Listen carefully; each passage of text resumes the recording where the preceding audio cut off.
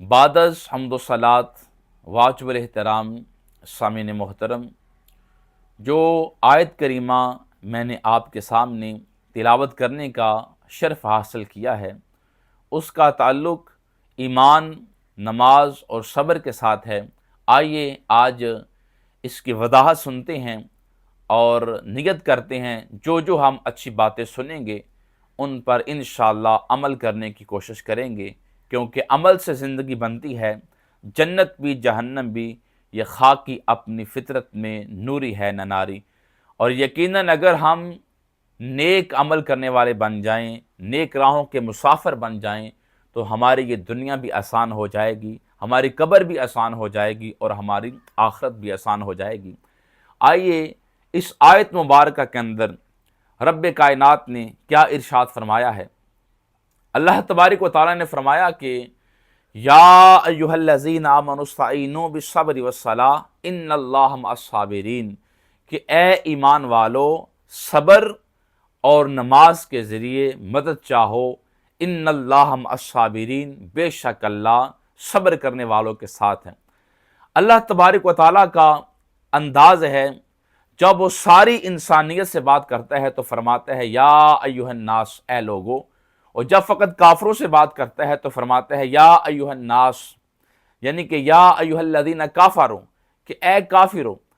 یعنی جب ساری کائنات سے بات کرنی ہو، سب لوگوں سے بات کرنی ہو تو فرماتا ہے کہ یا ایھا الناس، اور جب کافروں سے بات کرنی ہو تو فرماتا ہے کہ یا ایھا الذین کافروا، اور جب اپنے پیارے محبوب کے غلاموں سے بات کرنی ہو اللہ فرماتا ہے کہ یا ایھا الذین آمنوا، اے ایمان والو۔ تو یہاں پر جو اس آیت مبارکہ کے اندر حکم ہے، پیغام ہے، وہ اہل ایمان کے لیے ہے۔ تو فرمایا کہ اے ایمان والو۔ اب ایمان والے کون ہیں؟ جو اہل ایمان ہیں، جو مسلمان ہیں، ان کا سب سے پہلا بنیادی عقیدہ یہ ہے کہ اللہ کی ذات ایک ہے، وحدہ لا شریک ہے۔ میں مختصر سا جو ہے وہ ایمان کی ڈیفینیشن اور ایمان عقیدے کو ہی کہتے ہیں، اور مختصر سا عقیدے کا تعارف کروا کر بات کو آگے لے کے جاتا ہوں۔ فرمایا کہ پہلا جو ہمیں حکم ہے، ہمارا جو عقیدہ ہے وہ عقیدہ توحید ہے، اور توحید کی امانت سینوں میں ہے ہمارے، آسان نہیں مٹانا نام و نشاں ہمارا۔ تو مسلمان دنیا کے اندر جہاں کہیں بھی بستا ہے، اس کا پہلا عقیدہ یہ ہے کہ اللہ کی ذات ایک ہے، وحدہ لا شریک ہے، وہ کسی کی عبادت نہیں کرتا بلکہ ایک اللہ کی بارگاہ میں اپنی جبین نیاز جھکاتا ہے۔ تو پہلا عقیدہ عقیدہ توحید ہے۔ اور دوسرا ہمارا بنیادی عقیدہ عقیدہ آخرت ہے۔ ہمارا یہ یقین ہے کہ ہم جو کچھ دنیا میں کر رہے ہیں، اچھے عمل یا برے عمل، کل روز قیامت ہمیں رب کائنات کی ذات کو حساب دینا پڑے گا۔ پھر جتنی بھی آسمانی کتابیں ہیں ہم سب کو مانتے ہیں، سب پر ایمان رکھتے ہیں، اور اللہ کی آخری کتاب قرآن مجید فرقان حمید ہے، جو مسلمانوں کی کتاب ہے، بلکہ ساری انسانیت کے لیے یہ ہدایت والی کتاب ہے۔ حکمت ہے، اللہ کے راز اس کے اندر موجود ہیں، اور نصاب زندگی اس کے اندر موجود ہے۔ اور پھر اللہ کے جتنے فرشتے ہیں ہم سب کو مانتے ہیں۔ اور آگے جو ہے وہ اگلا عقیدہ، 1,00,000 کم و بیش 24,000 پیغمبر دنیا پر آئے۔ ہمارا یہ یقین ہے، ہمارا یہ ایمان ہے کہ سب سے پہلے پیغمبر حضرت آدم علیہ السلام ہیں، اور سب سے پہلے نبی حضرت آدم علیہ السلام ہیں، اور سب سے پہلے رسول حضرت نوح علیہ السلام ہیں، اور سب سے آخری نبی اور آخری رسول احمد مجتبیٰ حضرت محمد مصطفیٰ صلی اللہ علیہ وآلہ وسلم کی ذات اقدس ہے۔ تو خاتم النبیین ہونا یہ حضور کی شان ہے، اور یہی مسلمانوں کا عقیدہ ہے۔ اس سے آگے بڑھیں تو الحمدللہ جتنے بھی صحابہ ہیں ہم سب کو ماننے والے ہیں، سب سے محبت کرنے والے ہیں۔ ہمارا یہ ایمان ہے کہ سارے کے سارے صحابہ جو ہیں وہ جنتی ہیں۔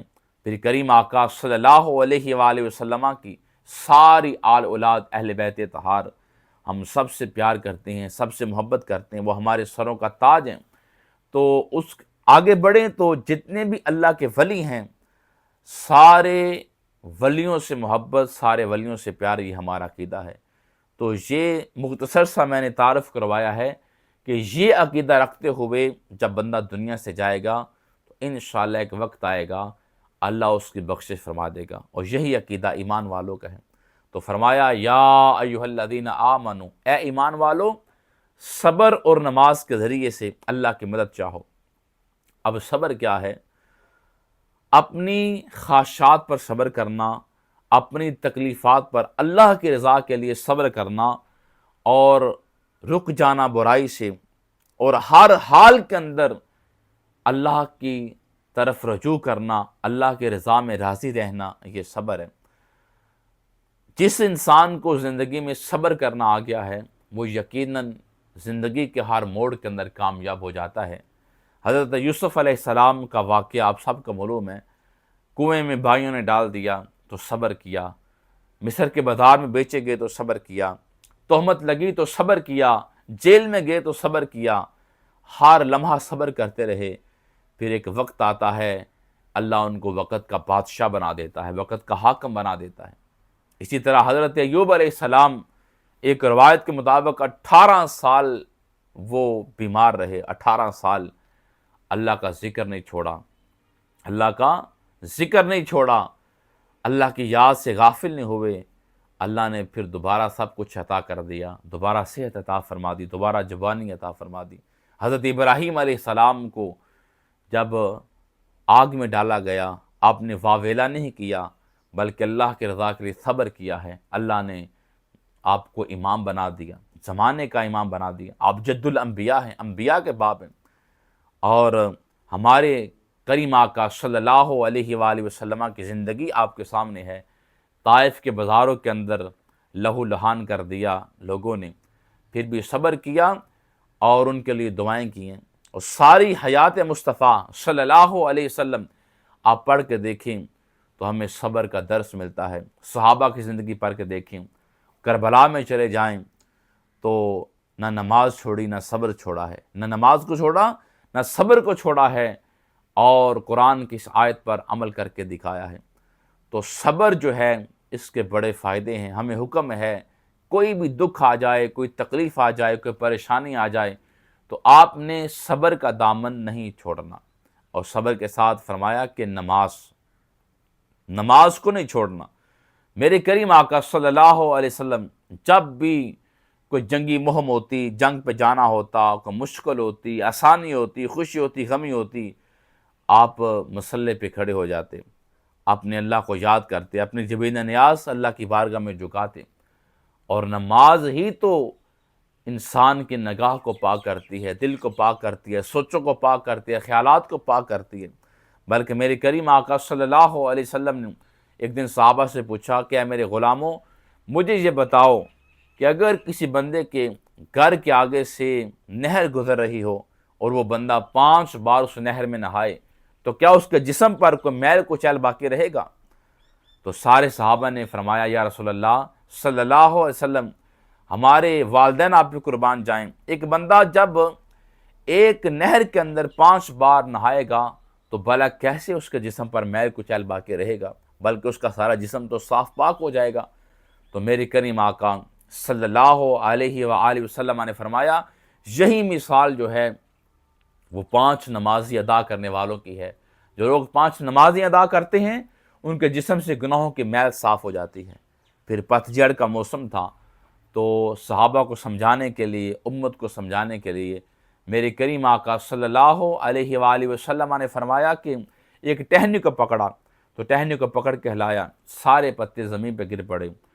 تو فرمایا کہ اے میرے غلاموں، جس طرح اس ٹہنی کو ہلانے سے سارے پتے زمین پہ گر پڑے ہیں، اسی طرح جب کوئی بندہ 5 نمازیں ادا کرتا ہے اس کے سارے گناہ جڑ جاتے ہیں، اس کے سارے گناہ جڑ جاتے ہیں۔